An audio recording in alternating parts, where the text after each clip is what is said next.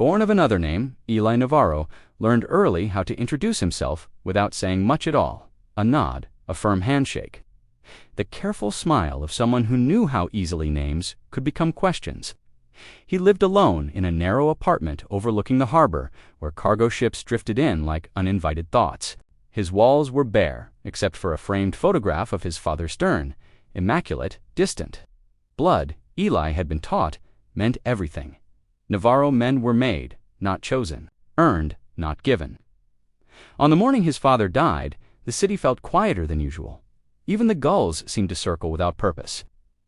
Eli stood in the hospital hallway with his sister Marisol, both of them wrapped in the sterile smell of disinfectant and unfinished sentences. "He never understood you, Marisol," said softly, arms folded tight. Eli shrugged. "He understood what he wanted me to be." That afternoon, Eli wandered into St. Anselm's church, not out of faith but habit. Their mother had once brought them there when they were children. Before she left, and before faith became something spoken of only in past tense, the church was nearly empty. Candles flickered like tentative hopes.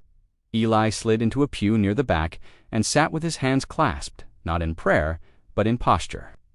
A man approached quietly, a pastor with silver hair and a voice worn smooth by listening. "You're welcome to stay," the pastor said. "I'm not religious," Eli replied. The pastor smiled.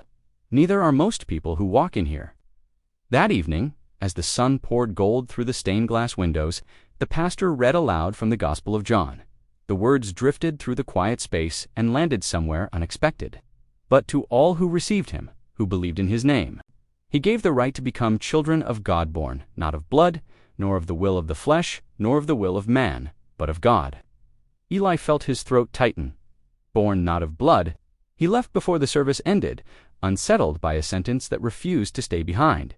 The following weeks were heavy with obligation, paperwork, condolences, family gatherings that felt more like interrogations. "You're the last Navarro," an uncle said over coffee. "The name has weight." Eli stared into his cup. The name felt like a stone tied around his chest. At night, memories surfaced.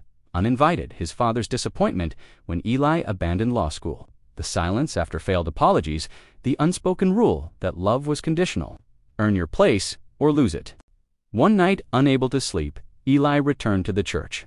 This time, the pastor recognized him back again. "I keep thinking about something you read," Eli said, "about being born, not of blood."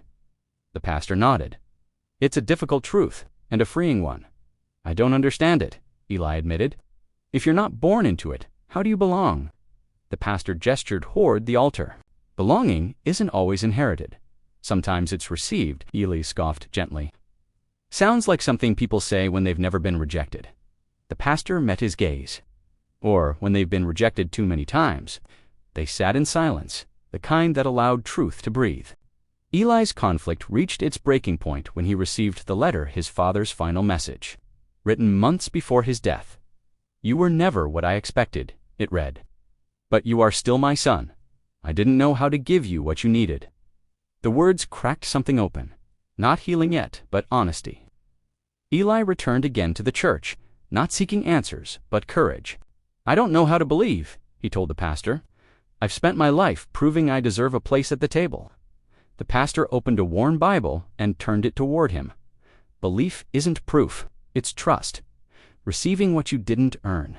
Eli exhaled shakily. "And if I'm not worthy?" The pastor's voice was gentle, but firm. "That's the point. Children don't earn their name, they receive it." That night, alone in the pew, Eli whispered a prayer that felt more like surrender than speech. "I'm tired of fighting for a name," he said. "If there's another way to belong, show me." Change didn't come like lightning. It came slowly, like dawn.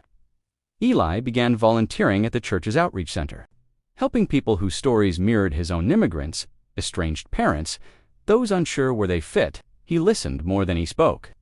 One evening, a young man asked him, "Why do you help here?" Eli paused.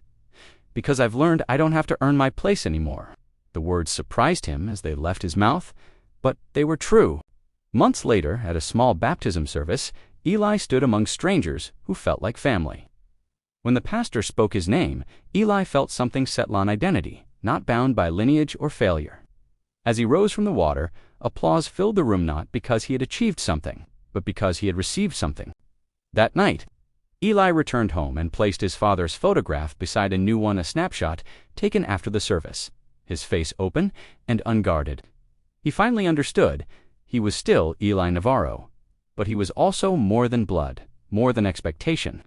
He was claimed not by inheritance or effort, but by belief, and for the first time, the name he carried felt light enough to hold. To all who received, to those who believed, he had become a child of God.